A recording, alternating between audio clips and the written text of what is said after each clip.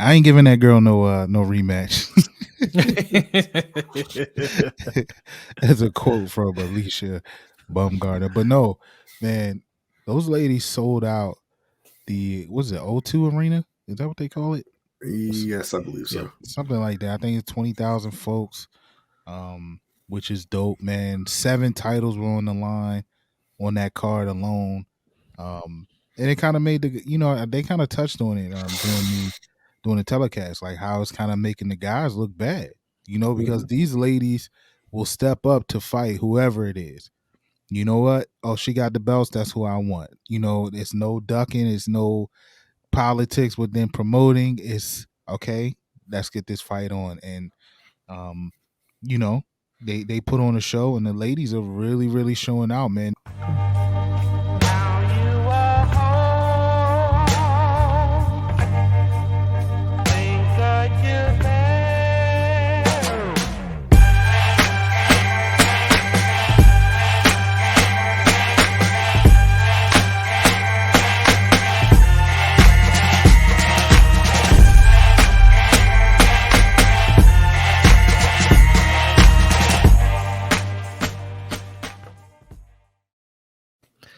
Yes, Ring Kings podcast is back, man. What a day! Not even a night. What a day of boxing, man. We have 3 cards to talk about. 3 cards, none of them disappointed. They were all entertaining.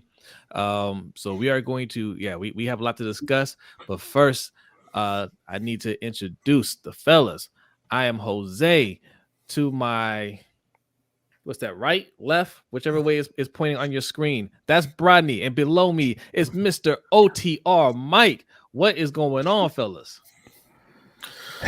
Exciting day of boxing that was, right? Yes, it was. And we are going to get into it.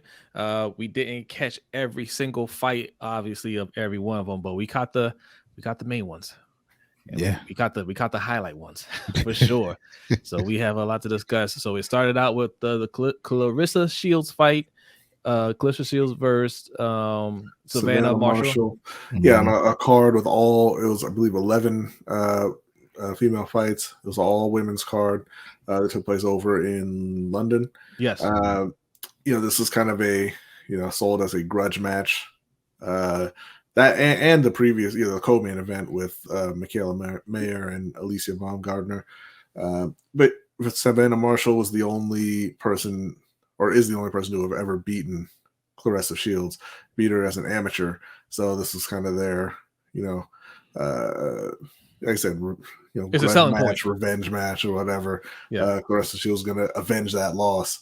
And, like I said, the co-main event, Michaela Mayer and Alicia Baumgartner. Seems to be a lot of bad blood there as well. But both fights for undisputed status in their weight classes, their respective weight classes. So it was a big time event. Yeah. Yeah, I ain't giving that girl no rematch. That's a quote from Alicia Baumgartner. But no, man, those ladies sold out was it O2 Arena? Is that what they call it? Yes, I believe so. Something like that. I think it's 20,000 folks, which is dope, man. 7 titles were on the line on that card alone. And it kind of made they kind of touched on it during the telecast, like how it's kind of making the guys look bad, because these ladies will step up to fight whoever it is. You know what? Oh, she got the belts. That's who I want. It's no ducking. It's no politics with them promoting. It's okay. Let's get this fight on. And, they put on a show, and the ladies are really, really showing out, man. This is 2 pay-per-views that were headlined by the ladies who, and they really did well. I was more excited to watch that card than I was any of the other ones, to be completely honest with you. So facts. No, I'm the same way. I wasn't really looking forward to the Haney card. Wasn't looking forward to the Wilder card. I mean, they end up being good cards, but this one was the one I've been waiting for, especially since it got pushed back. So, like I said, all 3 cards I don't think disappointed. But the Alicia Bumgarner and who was the opponent? Michaela Mayer. Michaela, yeah. That was a close fight. I don't think it was as close as the judges, not the judges, the announcers were calling it. Yeah. It was close, but I had Bumgarner winning the fight, and she won by split decision, I believe. Yeah. And Bumgarner, like, I mean, she just seemed like the quicker fighter, more active. Yeah. Once Mayer settled in, she was using the jab. She was the taller fighter, the longer fighter. So she settled in to reel it in a little bit. But I think Bumgarner started really, really fast.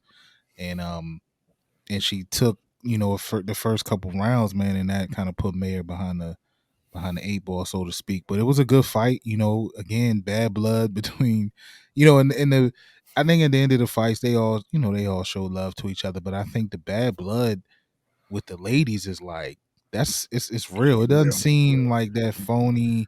They take I think it was Mayer in the weigh-in and at the weigh-in that she kicked Bumgarner because they had words.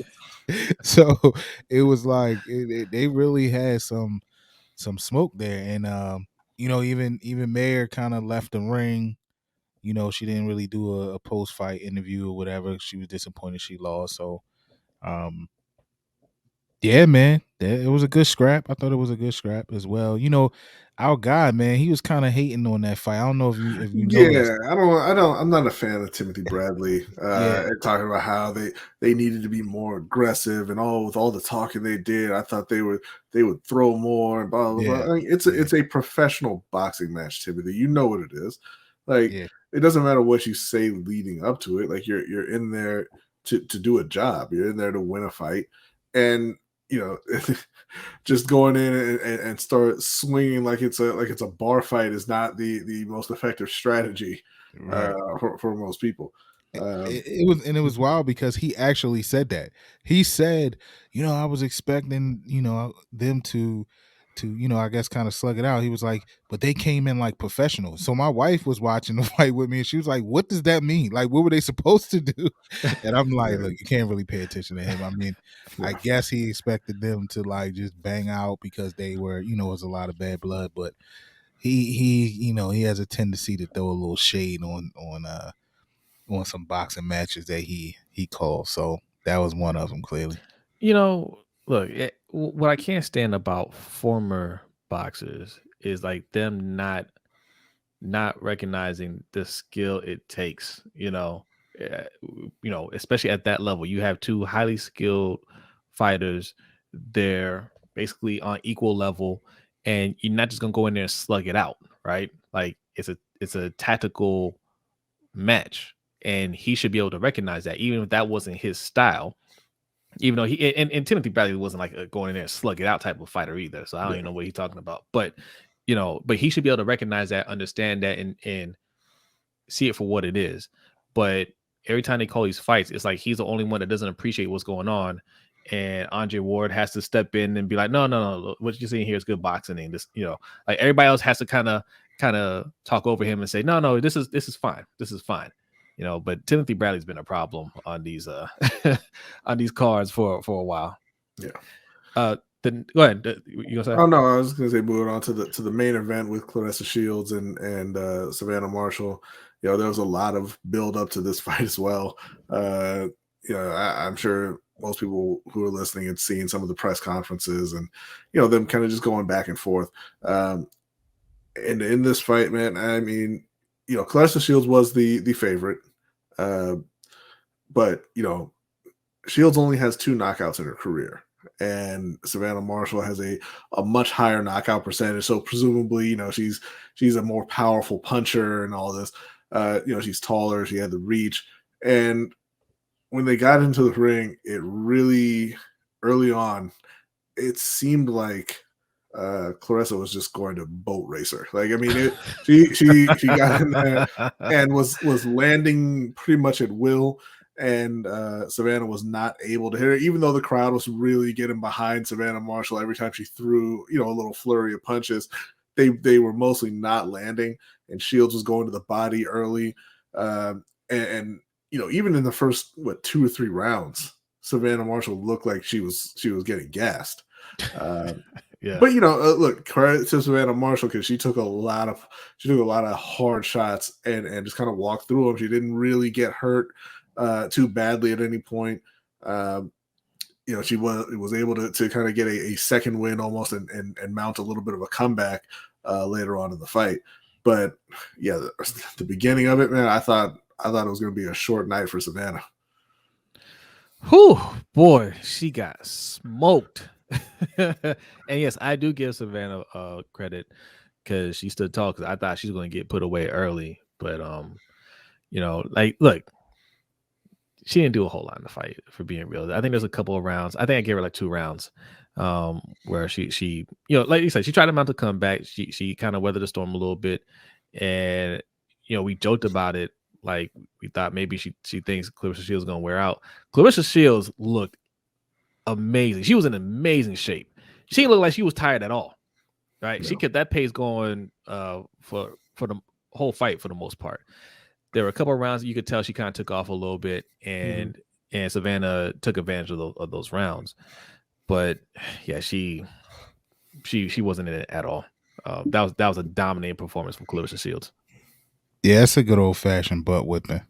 She came out from opening bell, was attacking. She just looked focused on knocking her head, knocking Marshall's head off.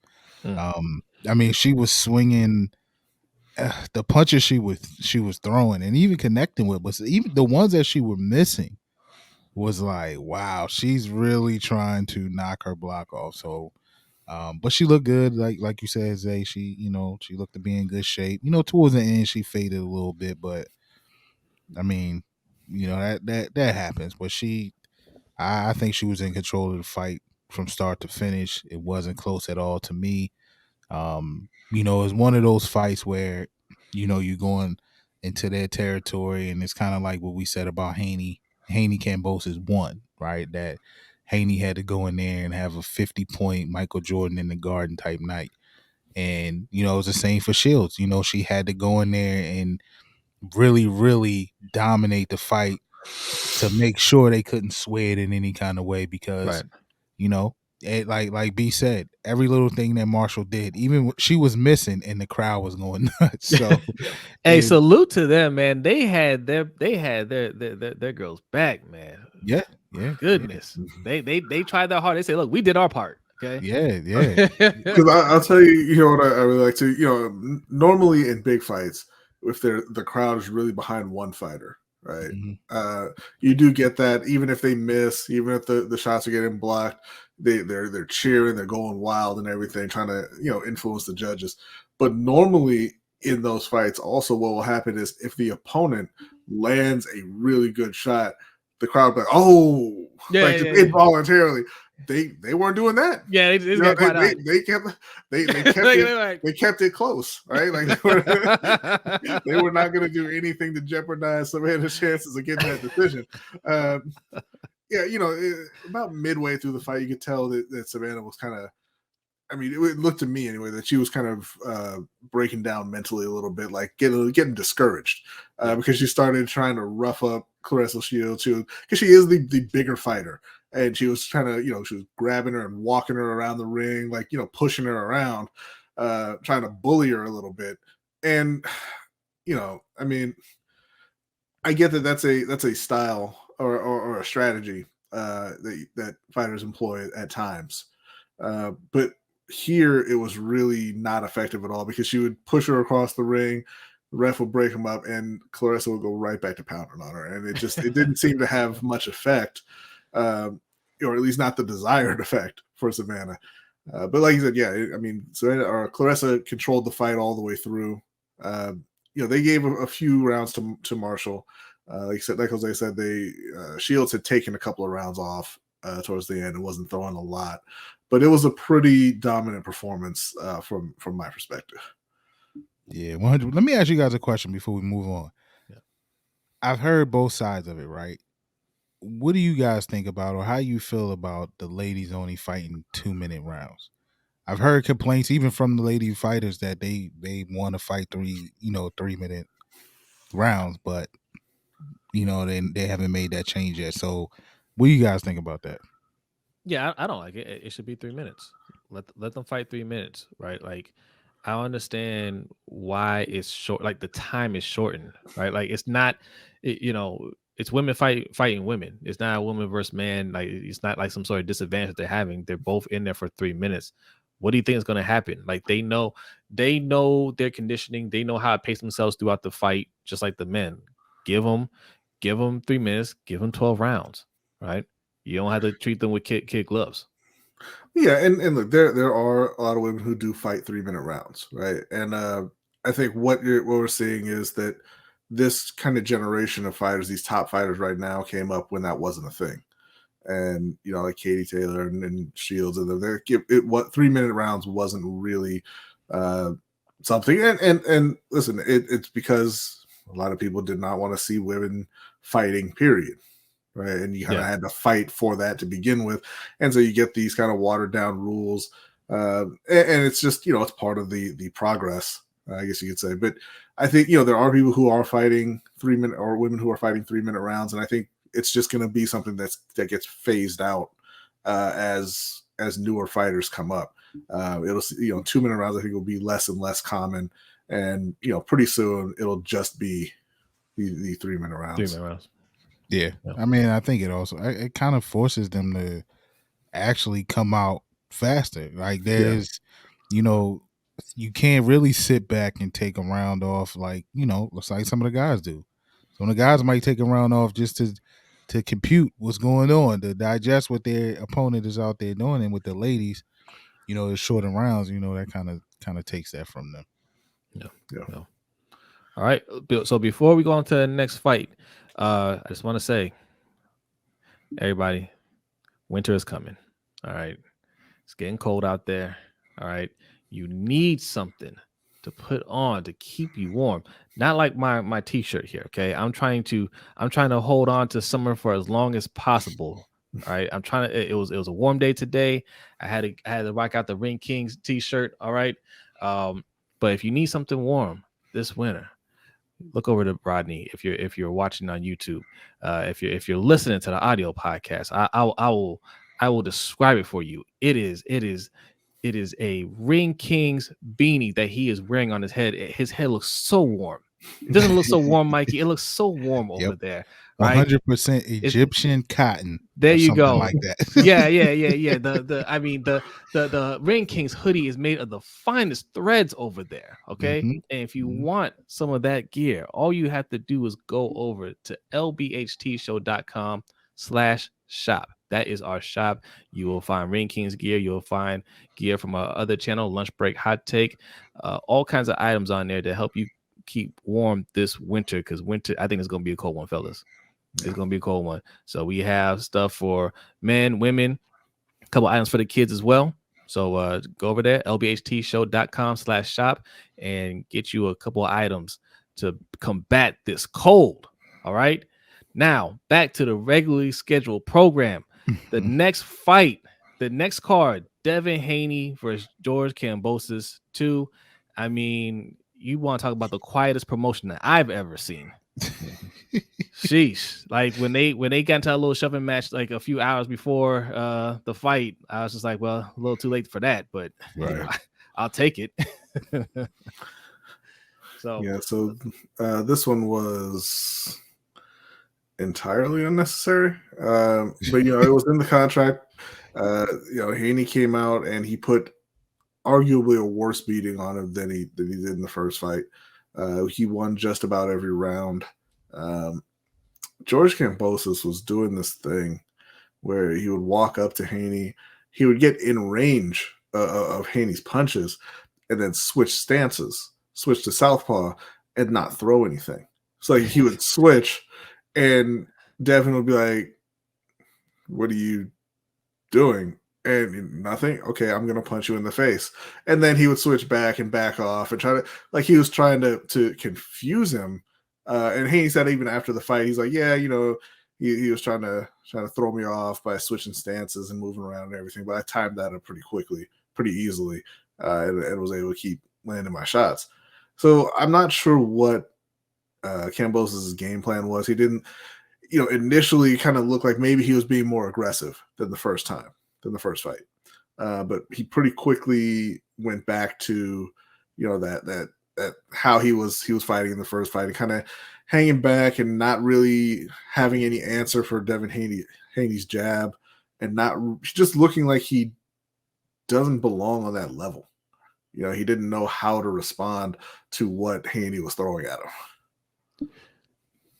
Yeah, I mean, look, I maintained that. Always felt like Kambosos was a step below, like the top tier. He's really good, but I never thought he was on that level of Haney or Tank or Shakur or anything like that.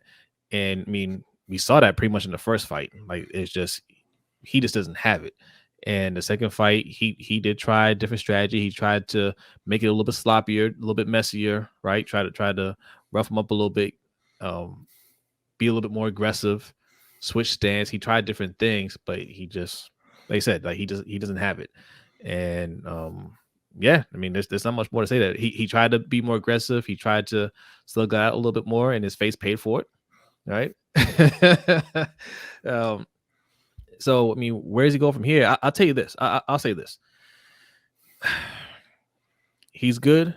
I don't think Devin Haney is going to stay that weight class much longer, right? So it's just a matter of maybe waiting out Lomachenko, right? I don't know, but yeah, he had nothing for Haney. I don't think he has anything for Lomachenko either. But if he waits long enough, maybe Lomachenko retires and he can get those belts back.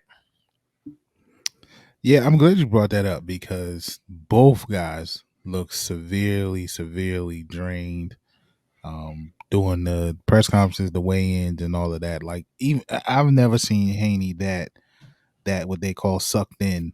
But yeah, it might be time for him to go to 140. I don't know how long he can sustain cutting that type of weight.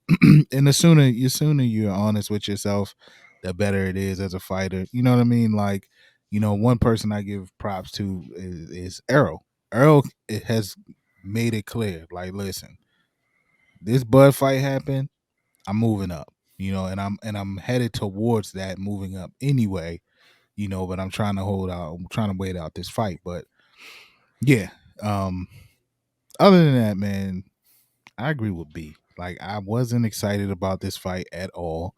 That was from day one of the announcement that there was going to be another one. The promotion was horrible. They knew they couldn't sell this fight, and if you want to get our opinion on what we think transpired in trying to sell the fight, we have an episode to talk about that, and That's people promoting and selling their own fights on the backs of other fighters. But nah, lackluster. Card wasn't all of that. I'm not a huge fan of the Maloney brothers. Those guys, they get a lot of work, right? So they stay busy.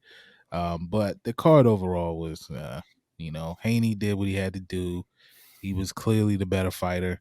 Kambosos, though, is a rich man now. And so I don't know what that means for him. If he kind of rides off in the sunset, or take a few fights here and there, but he just he's not in the same class as the big names, as we said before. So I don't know about the game plan, the switching up, and the numbers showed he wasn't punching, he wasn't active. And against a fighter like Haney, if you're not gonna rough him up or throw a lot of punches, you really ain't gonna have no chance, especially somebody like Kambosos. So, nah, That's the one thing I didn't understand is, Haney, he's not a knockout artist, right? Mm-hmm. Why didn't he try to sell out a little bit more? Right, it's easier said than done, right? But I mean, go out, right? Like, take a hit to give a hit, like they say sometimes. Try to do something. Like, nothing that you're doing is working. You're not throwing. Like, I understand, he's fast and like he's not weak by any means, but you have to sell out if you're going to try to beat a man that's just way more skilled than you. You're going to have to, you're tough. You can take a punch. See if he can take one. Like, that's what you have left, and he didn't do that. Yeah, Kambosos, I don't think he just wasn't willing to take the punches from Haney all night and trying to move in and make something happen. He landed several good, clean shots on Haney throughout the fight, and they had no effect. Yeah. And this is a guy in Haney who, we've seen get hurt before. We've seen him hurt badly before. So, like, Kambosos just didn't have it. And I think, he said, hey, like Mike said, he's getting another nice check here. And he knows he can't outbox Devin Haney. And if he was feeling maybe weakened because of the cut or something like that, he wasn't going to knock him out. Why take more punishment than you need to? In terms of his future, I think he's got another big payday coming, and I don't think it'll be necessarily against Lomachenko, but I think he can hang around, take some lower level fights, get a couple of wins, and then he can parlay that into a big fight with Shakur Stevenson, who's going to be ruling that division shortly, right? Once he loses to Shakur Stevenson, because Shakur will beat him worse than Devin Haney did, then he can retire with that after that third big payday. Which I mean, listen, he's had a really good career. I mean, it's not that he's like, we're talking like he's a bum. He's not a bum. He was undefeated up until he came up against Devin Haney. He beat Teofimo Lopez. So I mean, he was an undisputed champion in the division. Well, no, actually, he didn't have all the belts. He was a unified champion. Yeah. My bad. He was a unified. We got an episode on that too. I mean, yeah, we talk about that too. But yeah, so I mean, he won 3 belts in the division. He beat one of the top young prospects at lightweight. He made a bunch of money, and I think like I said, I think he's got another payday coming for him. So nothing to feel bad about for George Kambosos. I don't think he feels bad at all. Yeah, I think he feels pretty fine. Devin Haney, I mean, hopefully when he moves up, it can add some power, because if he can't, he's going to get hurt at 140. It's going to be a problem. Let me ask you something though, because Mikey mentioned that he felt like they both, Haney and Kambosos, looked drained at the weigh-ins. Do you think that maybe is something that Kambosos might have to consider moving up as well? I mean, it could be, or it could just be, hey, maybe he was a little lazy with the cut and just kind of waited a little longer than he maybe should have, and it was more difficult cut than it needed to be. We'll have to see on that. He did. He did. Then he came in overweight the first time they fought. Yeah. So I don't know if it's a situation where he can't make the weight, or if he's just not really trying his, he's trying his pretty hardest to make the weight, because I haven't heard anything about it being overly difficult for him to get down to 135. But if that's the case, and if he has to move up as well, that's going to be unfortunate for him as well. I just don't think that either one of those guys have a bright future at 140 necessarily. I think there's more paydays at 140 for him. I don't think that there's going to be more paydays, because I think the losses will be worse. I think he will get knocked out at 140. I think that's somebody Ryan Garcia will look at and say, I'll take that fight. I was thinking that. I think that what's going to happen is it's going to be like another of our beloved Australian legends, Jeff Horn, where if he does move up, you're going to have several guys fighting over who gets to beat him. And I think the guy who's probably going to win that is Teofimo Lopez, taking the rematch, because George Kambosos will think, I can beat him. I beat him already. He'll go in there. But yeah, no, it would. That's what I'm saying. Like, so he, if he's at 135, he's got another payday coming there, maybe with Shakur. But if he has to move up, he'll have another payday, maybe fighting Teofimo Lopez, and then he gets knocked out, and then he goes away. Yeah. I don't think he has multiple big fights at 140. I think he gets one, he gets beat badly, and then that's kind of it. What about him? What about him and Pitbull Cruz? What do you think kind of fight that would be? I think that would be a good fight. Now, if you fight that Pitbull wins, I think Pitbull wins. But if you get the Kambosos that fought Teofimo, not the one that fought Haney, because it seemed like when he fought Teofimo, he was more willing to muck it up and get in there and get physical, and and he got put on the canvas in that fight. So he was willing to stand in there. Seemed like a little more than he was with Haney, which, like we already discussed, was a little bit surprising because we know Teofimo has more power. But I mean, if he's willing to get nasty in there, him and Cruz. I got Cruz winning it, but that might be a solid matchup. I think he was more willing to stand in with Teofimo because Teofimo was a less skilled fighter than Devin Haney. He was willing to stand there and trade with him because Teofimo was willing to stand there and trade with Kambosos, right? Devin Haney wasn't. Devin Haney said, "I'm gonna hit you and then I'm gonna move. I'm gonna hit you and then I'm gonna bob and weave when we get out of the way of your punches. You're not gonna hit me back. So we're not gonna trade. I'm going to hit you and you are not going to hit me." And that's again pretty discouraging, right? Absolutely. But if Fimo was sitting there saying, "Yeah, okay, you can hit me, but I'm going to hit you back. But yeah, you can hit me. That's fine." Then you're going to be more willing to stand in there and see what you can do. Especially when you catch him early and knock him down in the first round of that fight, like he did. In terms of a Pitbull fight, I don't. But I think that'd be similar to what Pitbull would do.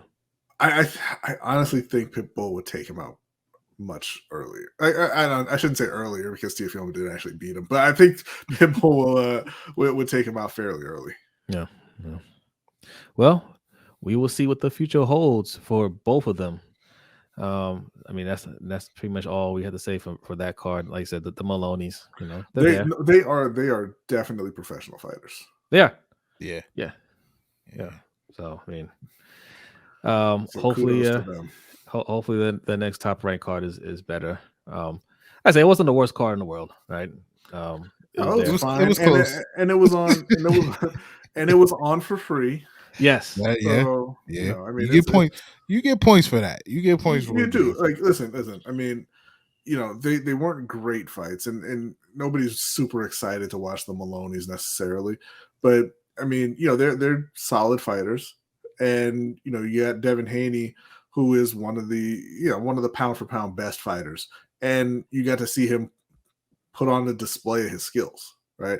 It wasn't a competitive fight, but it was an impressive fight. Right. Yeah. Right. Yeah. Okay. So moving on. Especially compared to the third card of the night, which was in fact on pay-per-view and featured as a One Mic podcast said, one of the best worst boxers he's ever seen. That is a great quote right there. That perfectly sums up Deontay Wilder. I mean, he's a masterpiece and a disaster at the same time. Yeah. But before we get to that card, before we get to that one, because we gotta talk about the undercard for this one. There was a fight before that. Was it the co-main event? Yeah, that was the co-main event, right? Yeah, or whatever the fight before the main event. Caleb Plant versus Durrell. Look, Caleb Plant, I think, gets a little overlooked, right? I hear the talk out there about when he fought Canelo. Canelo beat him. People looked at Caleb Plant as a weaker opponent, right? Not that good. I thought Caleb Plant was winning the fight, by the way, until he got knocked out. Me too. And this Durrell fight, I'm not sure. I didn't look at what people were saying for the build-up. I know Durrell's a good fighter. Well, he was. yeah. He was a good fighter. Not anymore. Yeah. But boy, I mean, look, Caleb Plant was winning a fight before the knockout, right? But when you hit him with that bite and that hook, whew! I mean, that's it. I mean, that's it for Durrell. I don't need to see any more from him. Gravedigger. Gravedigger. I mean, that's what he. A lot of people have said with Caleb Plant as he mimicked putting them in the dirt after the knockout, and but people don't realize the backstory. I mean, it was a lot of bad blood, a lot of Durrell doing a lot of talking prior to this fight. Saying that he never lose to a white boy and all of this stuff, and so Plant kind of he went there with it. People was upset, but He shoveled the dirt on him. yeah, it was a lot of talking going on prior to this fight. So and Plant, is one of those guys too that I actually like Caleb Plant. I don't think he gets a bad. I ain't gonna say a bad rap, right? I'm not gonna say a bad rap, but he has a cloud hanging over him as someone that's ducking the smoke from, Charlo or Benavidez, those type of guys. But you know, he did the Canelo, and then he also had the cloud over him as like, man, I got a huge payday, fighting Canelo. He's really not interested in fighting again. And I think he dispelled that, at least that part of it, because he came in and he showed that he took it serious. He showed he's been working, and he had a beautiful knockout. So I don't know. We'll see what's happening. We'll see what happens with Plant. But I like Plant. I think Plant is a solid boxer. Yeah, Caleb's a good fighter, and luckily for Durrell, he probably doesn't remember that he lost to him, considering the way that knockout went. So yeah, I mean, it was, I can't. This is the problem that I have with the cards from Saturday. In comparison with the women's card, I kind of mentioned that they have the top fighters fighting each other for the belts, and they just they make those fights happen. And what we're talking about with the men's cards, there weren't any really competitive fights. There weren't any good matchups. Haney dominated Kambosos. Caleb Plant. I mean, Anthony Durrell is well past it. Yeah. He didn't really have any business being in the ring with Caleb Plant. Wilder. Helenius. He was a prospect at one point, and then he got derailed by a pretty devastating knockout at one point as well. And, he kind of walked into another one against Deontay. And so, there wasn't really much competition going on. Even Gary Antonio Russell, who's a, kind of an up-and-coming fighter, not to be confused with Gary Antoine Russell, not to be confused with Gary Russell Jr. Not to be confused with Gary Russell. He was heavily favored in his fight, but he got dominated on the judges' scorecards. Yeah. That one got stopped early because of an accidental headbutt. The other fighter, Rodriguez, was not able to continue, but I mean, it wasn't a close fight. So that's what we kind of saw a lot this past weekend. And with recently having the Eubanks and Ben fight canceled, and having Fury just kind of messing around and not really finalizing anything. It doesn't look like the Joshua fight's going to happen. They're not really talking about Usyk anymore. They're talking about maybe who was it, Derek Chisora. And it's like, no, who wants to see that? Right. You got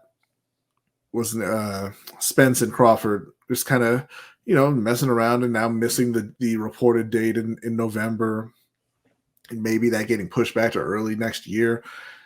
And at some point, boxing just has to, these promoters have to say, we have to actually make some of these fights happen if you want to keep people interested and wanting to see these fights and willing to pay for these fights, right? I mean, Deontay Wilder, I don't know, like Deontay Wilder's a demigod, and he's the laziest demigod because he's got all the power in the world, right? Yeah. I mean, I watched when I first saw the knockout, I had to rewind it and watch it in slow motion because it didn't even look like he threw a punch. It looked like he put his hands up, kind of defending himself, kind of maybe trying to deflect one of Helenius' punches or something like that, and his right hand happened to make contact with Helenius and put him to sleep. Yeah. But it didn't look like he really threw a punch, Yeah. And when I watched Deontay Wilder, that's kind of where I'm at this point. Like initially, I was like, yeah, it's incredibly entertaining watching this guy knock people out in spectacular fashion, right? But then as he climbs up the ranks and climbs the ranks, and you start fighting what are the top heavyweights out there, Tyson Fury in his case, you see the extreme lack of skill. Yeah. And so now every time I see Deontay Wilder, I just see disappointment for me. Because this guy, we kind of talk about, or ESPN kind of talks about him as one of the greats, of all time. He's got one of the highest knockout percentages of all time, and blah blah blah. And I look at him and like he could have been that. He could have been one of the all-time great heavyweights. He could have been completely dominating this division if he had any interest in developing his boxing skill. Yeah, I can't tell from that fight if he worked on anything. It happened so quick, and like you said, the punch that he threw, I remember hearing it, but I wasn't sure which one he landed, because at first I was like, oh, he hit him with the left hook. Yeah. And I was like, no, I don't think he touched him with the left hook. And then like they showed the other angle, I was like, oh, okay, he hit him with the right. It was perfectly timed, but I don't think it was timed. You know what I'm saying? Right. I think it was good. It was right place, right time. He looked like he was flailing his arms. Yeah. But yeah, he has ungodly power, and if some trainer could just get him focused on a jab cross, that would clean up a lot of headaches that he has. Because look, he said he wants to fight for a couple more years, right? So that means taking on a couple more big fights, I would assume. And I think he needed this fight. Like, I know we're saying we don't really want to see him fight Helenius, but he needed a pick me up fight after 2 devastating losses, right? So this was good for him. This was good to get his confidence back. Where does he go from here? I don't know. Usyk, that's the thing though, right? That's the thing about him fighting somebody like Usyk. Usyk is clearly more skilled. Usyk could if Usyk beat the brakes off of him, I wouldn't be surprised. If Usyk got knocked out, I wouldn't be surprised. Right? Like that's the thing about a fight like that. Same thing with Anthony Joshua. I think Anthony Joshua is more skilled, right? But Anthony Joshua being in 2 wars with Usyk, I think he's a little bit more battle tested now. I think he's just as hungry as Deontay Wilder. I think if that fight would have happened, Joshua would be chomping at the bit to go after somebody like Wilder, and that could be a problem for him. Or he could get knocked out. I don't know. So I don't know. What do you think, Mikey? Yeah, I mean, Wilder is just, he has. Look, I think he's good for the sport. I think he's good for the division, right? The division is kind of lacking, I guess, star power in a sense. And heavyweight is, you can't. It doesn't hurt you to have as many names as you can floating around in that division. Just to keep it, keep the name afloat, because it hasn't been. I grew up in an era where the heavyweight division was the end all be all, right? That was the main fight, the heavyweight fight. Yeah. And it hasn't been that in a long time. So I think he needs to be here. But I agree. I personally don't think that he can do a jab cross. I mean, like, just watching him, working out in front of the media in shadow boxing, it just looks way too awkward for him. But he is the true definition of a puncher's chance in any fight, because he has one of the best weapons in his right hand in the game of boxing. And I think personally, he'd catch somebody like Joshua slipping. I think Joshua is more skilled, but I think Joshua is a little more, that chin isn't as strong as he'd obviously like it to be, and I think that would give Wilder a really good chance against him. Usyk, the wild card with Usyk is, with Usyk being a smaller heavyweight, and we know Wilder comes in pretty small as a heavyweight, so it wouldn't be that much of a size difference. So Usyk would be really fighting somebody, closer in size to him. But again, that puncher's chance that Wilder has, man, I think it puts him in any fight. What they're saying now is Ruiz is next for him. or one of the mandatories Okay. will try to make it him and Ruiz for the title eliminator to fight Fury eventually again. That was what came out after the fight last night. So we'll see what happens with Wilder. But I agree with you. It wasn't enough to see if he has worked on anything. He said he has, but it wasn't enough to see. I tell you, if he did ever learn just to throw the jab cross, like I was saying, it's just a real simple combination. He should just keep that to himself and sign a Tyson Fury fight for whatever they offer him, because he would knock Tyson Fury out in 30 seconds. Because Tyson Fury would never see that coming. He would never see it coming. And in terms of an Usyk fight, the thing is, he if he landed on Usyk, I think it would take more than one shot to put Usyk away. Right? I think he could hurt him, but I think he would be able to survive once. He'd have to get him again. But the thing with Usyk is, Wilder can't jab, so there's nothing to keep Usyk from getting inside of his punches. And we all know that if you're not just directly on the end of the right hand, he can't land it. And so I think if he fought Usyk, what you would see is Usyk getting inside of him, Usyk working his body early on, and Wilder getting knocked out. Yeah. Yes, that's the other thing about Wilder too. He doesn't have great stamina. No. Which is wild, because if you look at him, he looks like he's in incredible shape. It looks like he runs every single day. Right. Stamina, and then like defense. Like, he's not great with defense either. So I would love to see one of his workouts. Like, what does he do all day?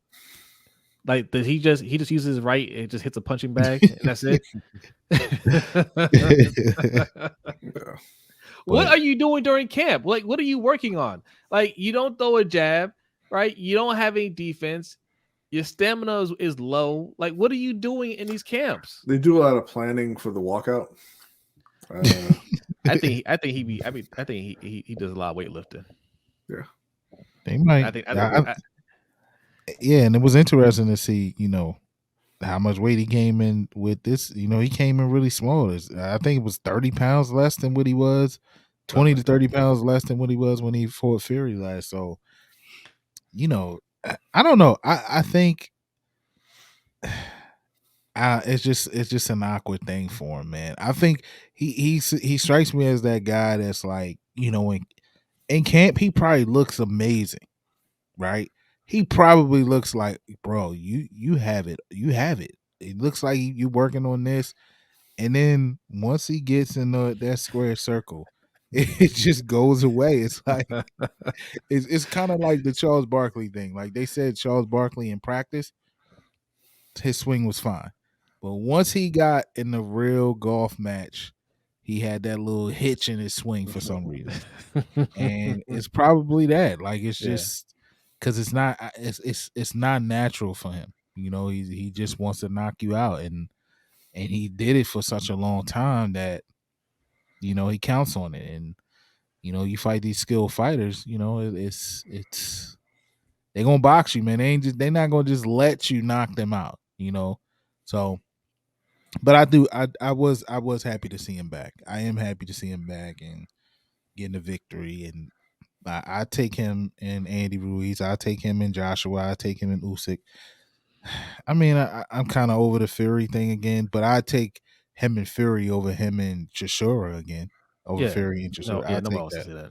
Yeah. I mean, Deontay Wilder is one of the more entertaining fighters out there. He's one of the more engaging personalities in boxing. So yeah, I mean, it's always fun to watch him fight. It's just you kind of wish he was better at it. Mm-hmm. Now, the one thing I wanted to address too, you touched on, is these promoters not making these fights happen, right? And I get this. This is just the business of boxing. Has been this way for generations. But we touched on this on another podcast. The way things are promoted now is different, and these promoters have to be able to adjust because you have all these different outlets grabbing your attention. And it's not like how it used to be when we think about the those super popular those great fighters, you know, um, Tyson, Lance Lewis, Holyfield, right? Like those are the fighters that we kind of came up with, and those fights, whenever they came on, were huge deals. But what do we have back then? I mean, some of us had cable TV. That wasn't even something that was in every household. Um, you know, um, we had about 4 or 5 channels that we could watch. All right. There were no smartphones. There was no YouTube. There was no Hulu or Apple Plus or anything like that. It was just network television or cable and pay-per-view. So when fights got advertised, more people saw it. Mhm. Now, you don't necessarily have to see it if you don't want to see it. If I'm not interested in sports, I don't have to watch anything that has anything to do with sports. I just watch Netflix, right? Or I watch whatever I want a la carte, and I just don't see those ads. And if I see an ad, I can skip the ad, right? We had commercials that you couldn't skip back then. So it's harder to grab those, everybody's attention like it was. So while people have while you have people's attention, you need to keep it. And the longer you push things out, the less interest you're gonna have in those fights. Now, the Mayweather Pacquiao thing is different, right? Because those guys were mega stars, and yeah, that fight took too long to make, but there's still enough interest because they were larger than life. We don't have boxers like that anymore, right? You have guys that are still trying to make names for themselves. They're trying to get that big, but they don't. Nobody now sells like Mayweather or Pacquiao used to sell. So Yeah, it's sad. It is sad, and I'm glad that the women are kind of showing front. Like, we willing to fight. Um, the guy is it like you said, it's been around for a while now, and it's just the business, the politics of boxing. It's annoying. Um, it's no reason why we shouldn't be able to get these fights, man. It's enough money out there for everybody to be comfortable, right? That's and I don't know if going to our sparring session on belts and how many belts it is. I don't know if the belts are actually part of the issue of what's going on, because now the belt holder, I'm the A side, I'm this and that, and I'm not saying that they shouldn't be to some degree. You want to walk out last, cool, you got that. You know what I mean? But it's enough money for us all to be able to live and be happy, and then get these fights to happen. These ladies, man, they putting on the show. Kudos to them, but it's just it's getting annoying at this point. And then, like you said, it's just by the time that we actually get to see it, the interest is gone. We don't want to see it. Like, I want to see Bud and Errol, yes, but am I as excited about it as I was when they first was talking about they were in talks? No, because I don't right, trust that. It's now, as a fan of boxing, it's now to the point where I just don't trust these fights are ever going to happen. And we talked about it on here, where we brought it up, and I said I don't trust it, I don't believe it until I see a sign. And yep, that's just unfortunate, but that's just how I feel about the men's side of boxing right now. Because it's just not happening. I mean, it's been happening for years. Look how long it took us to get, even with uh B Hop and Roy Jones. mhm, Like, even back then, it was still going on, and they fought each other as old guys. You know what I'm saying? Out of their prime.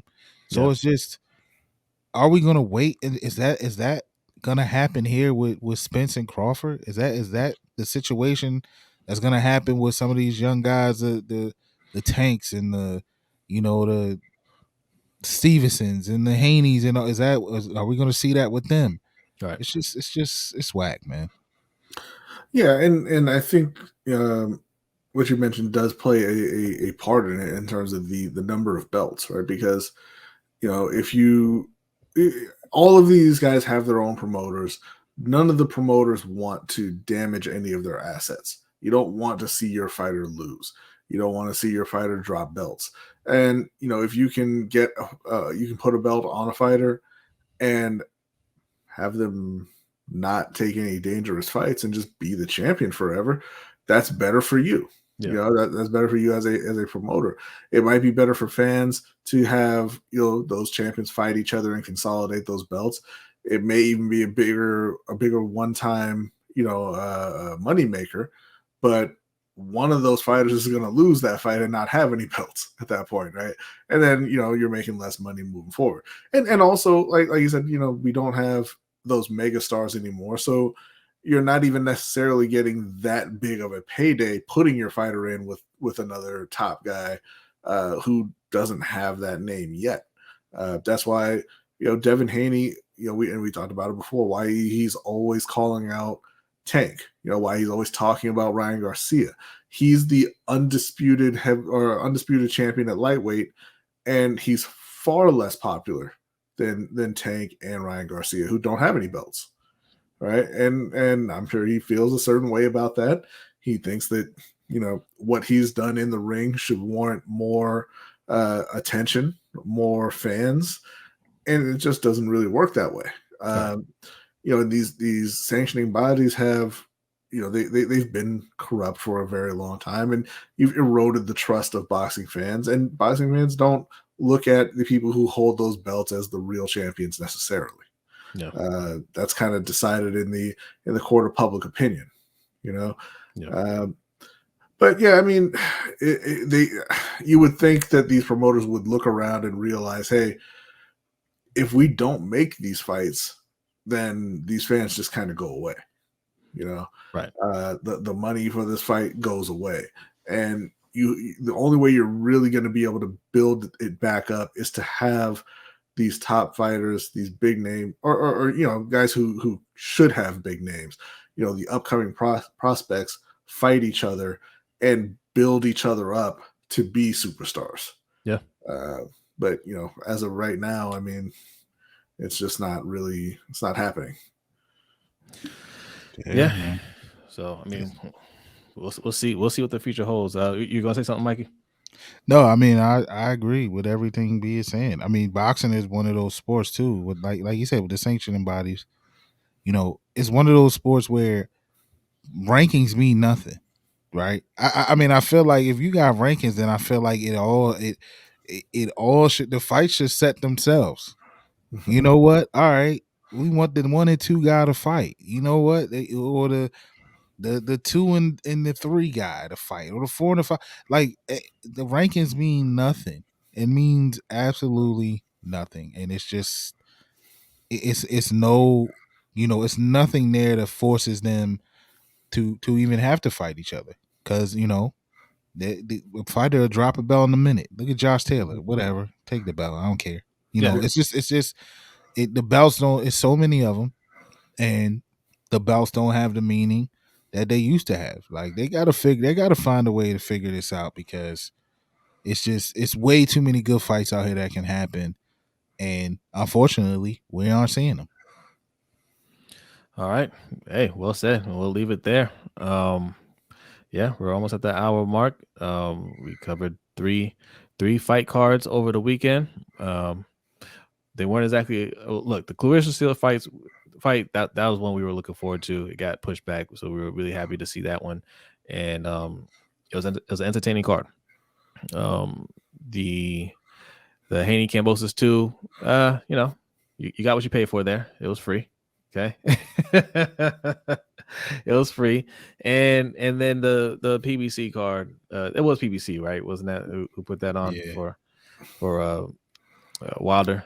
Yeah. Has some entertaining fights, you know, and the Wilder knockout was entertaining. Knockouts are always entertaining, especially like that. But now we want to see the big fights that they keep trying to sell us. All right.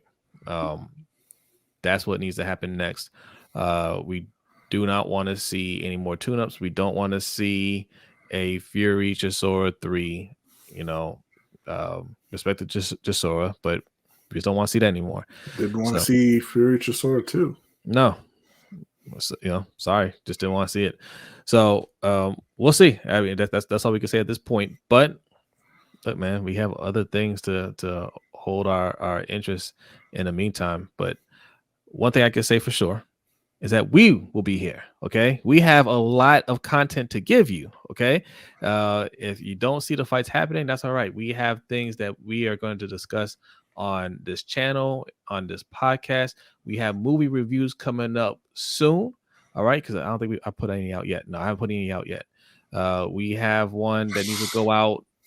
Which one did we record? I already forgot. Cradle of Champions. Cradle of Champions. Yes, Cradle of Champions is a movie that we reviewed.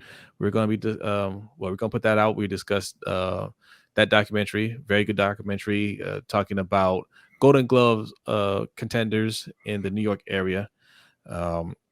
If chronicled 3 fighters, those 3 fighters, yeah. So that's coming out. Also, we're going to do reviews on The Fighter, the Mark Wahlberg and Christian Bale movie, chronicling the career of Mickey Ward, or part of his career, his rise, so to speak. And what was the other one? Jungle Land. Jungle Land. Yes, Jungle Land. Look, we got so many stuff that we watched and reviewed for you guys, and it will be coming out. So if you like movie reviews, these are all boxing movies, and we're going to give you our opinions on it. So you got that. Also, be on the lookout for some sparring sessions and watch list videos. And look, lots of content here. So if you're not getting what you want in the ring, you will get what you want on Ring Kings. Ooh, how that sound? I like that. Yeah. All right. So with that being said, any last words before we get out of here? 2 weeks. Lomo, and then Jake Paul cards on the same night, October 29th. So, and Dimitri Bivol and Ramirez fighting on November 5th. So there are some fights coming up. Just a little disappointed that the top fights haven't been made, but there is going to be a lot of action coming for the rest of the year. Listen, nobody likes Jake Paul, but they love when we talk about Jake Paul. People love talking about Jake Paul, so we will be covering that as well. So I hope Anderson Silva doesn't do a Tyron Woodley, though. That's all I ask. That's all I ask. Show up and really fight. Okay, I mean, don't make it boxing entertainment. That's all I'm saying. Boxing entertainment. All right, that is it. If you are listening to this, make sure you give this a 5-star review wherever you listen to podcasts. Okay, we are everywhere. And if you're watching on YouTube and this is your first time seeing us, go ahead and hit that subscribe button. Also, hit that like button. All right. That is it. I think we covered everything. And one more time, if you're looking for some merch, you're looking for something to keep you warm this winter, LBHTShow.com/shop. That is where you can go and find the merch. All right. That being said, right above us, I even plug it. Patreon.com/LBHTShow. Okay. If you are looking to support the channel for as little as $3 a month, we have a few tiers. Tell them about the tiers real quick, and let's get out of here. So the $3 tier is kind of a general support tier that'll get you into our Discord channel. It'll get you into our overtime show that we do every Wednesday after our live show over on Lunch Break Hot Take. The $10 tier will get you that, as well as our custom poker deck featuring the top 20 fighters, or our top 25 fighters of all time. We did a 5-part series on that. It was a lot of fun. It's on the channel. Go ahead and check that out if you haven't already. And then we have a $20 tier, which is a combined tier for this show and our other show, Lunch Break Hot Take. We get everything that I mentioned, plus the LBHT crew coin, and that Jose has right there. Yep. And that'll also get you into our Dynasty Fantasy Football Leagues, our NFL Pick'em League, and again, entrance into our Discord channel. All right. So there you have it. Fellas, this was fun. We had some more content coming. So we're always working behind here. Thank you to everybody that's watched. Thank you to everybody that's listened. And we will see you real soon. Y'all take care. Peace out. Shout out to Good Pods, man. Good luck with the love. Good Pods. Good Pods. They love us over there. Shout out to them. Go get Good Pods and leave a review over there. All right, y'all. Peace.